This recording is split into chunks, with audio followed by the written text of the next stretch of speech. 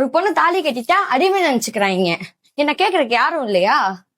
அம்மா, அண்ணே, அண்ணே என்னை கொடுமைப்படுத்துறாங்கண்ணே. ஏய், என்ன வாரத்துக்கு 2 தடவை உன் மாமியார் வீட்டுல சண்டை ஓட்டு இங்க வந்துட்டு இருக்க? எனக்கு போறதுக்கு என்னென்ன இருக்கு? இந்த வீட்டுக்கு வரக்கு எனக்கு உரிமை இல்லையா? அதெல்லாம் ஒரு மயிரும் கிடையாது, எந்திரிச்சு கிளம்பி.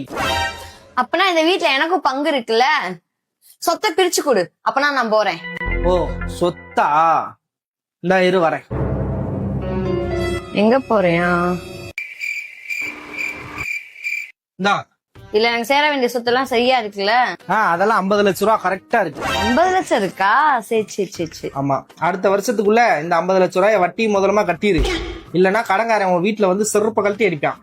என்னன்னே சொல்ற? உங்க அப்பா நொட்டிட்டு வச்சிருக்கேன் சொத்து. இந்த வீட்டு மேல இருக்க கடனு மத்த கடன் எல்லாம் சேர்த்து மொத்தம் 1 கோடி ரூபா. அதுல உனக்கு 50 லட்சம், எனக்கு 50 லட்சம். அண்ணே, ஒரு நிமிஷம் இதை பிடியே.